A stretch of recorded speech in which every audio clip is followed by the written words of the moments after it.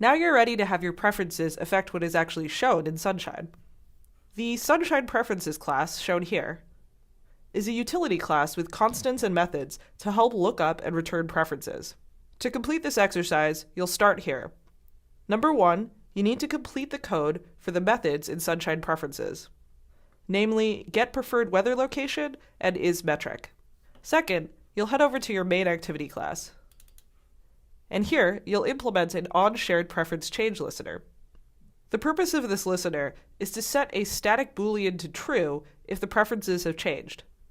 Third, because you've actually implemented this listener now, in onCreate, you should be registering the listener, and in the corresponding onDestroy method, you should be unregistering the listener to avoid memory leaks. So you just created a Boolean in MainActivity, which, when a preference is changed, will update to true. Next, you'll need to override the onStart method and check whether that Boolean has changed to true, meaning that you must reload the preferences. And you do that by restarting the loader.